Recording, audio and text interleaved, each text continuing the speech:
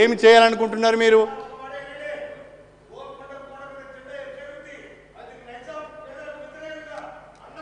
శ్రీహరి గారు మాట్లాడండి. శ్రీహరి గారు, నేను చెప్పే సబ్జెక్ట్ మా వాళ్ళకి అర్థమైతే లేదు. శామ్యుల్ గారు. అధ్యక్ష, ఓకే అధ్యక్ష, అధ్యక్ష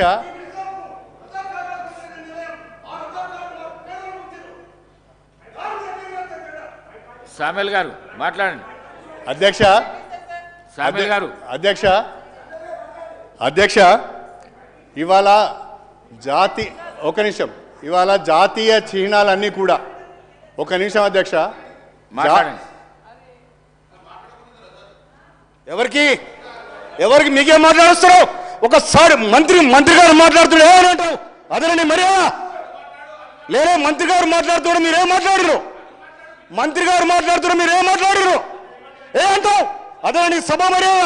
ఇక్కడ శామ్యుల్ గారు.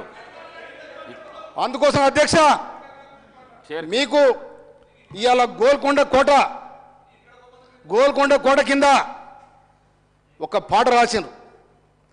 బండి యాదగిరి నైజాం సర్కార్ కూడా గోల్కొండ కోట కింద నేను గోరిగడతం కొడతా అన్నారు. ఎందుకన్నారు ఆ మాట? దొరల జాగీర్దారులు దేశముఖులు పేదలపైన చేసిన దాడికి రజాకారులకు వంతబలికి ఇవాళ సర్వనాశనం చేశారు పేదరికాన్ని. అందుకోసమనే ఆ గోల్కొండ కోటను ఏనాడు వదిలిపెట్టారు. దాంట్లో పోయి జెండా ఎగిరేస్తారు. జాతీయ జెండా నీకు ఇలా పరేడ్ గ్రౌండ్, దేశానికి స్వతంత్రం వచ్చినాడు పరేడ్ గ్రౌండ్ కేటాయించారు.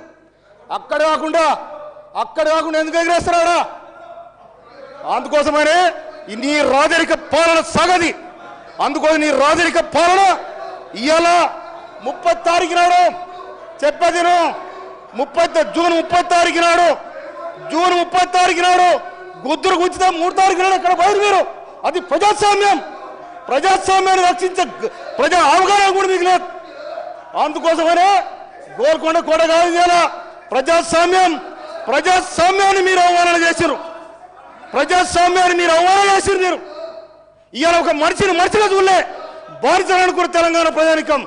అందుకోసం బానిసలు ఓటైన ఒక బాంబులు పేల్చారు, మీరు పోయి అక్కడ పడ్డారు.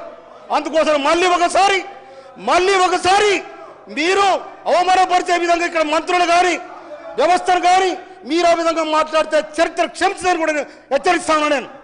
శ్రీహరి గారు కన్క్లూడ్ చేయండి మీరు. ఈ ఒక్కటే దాని మీద అధ్యక్ష, ఒకటే దాని మీద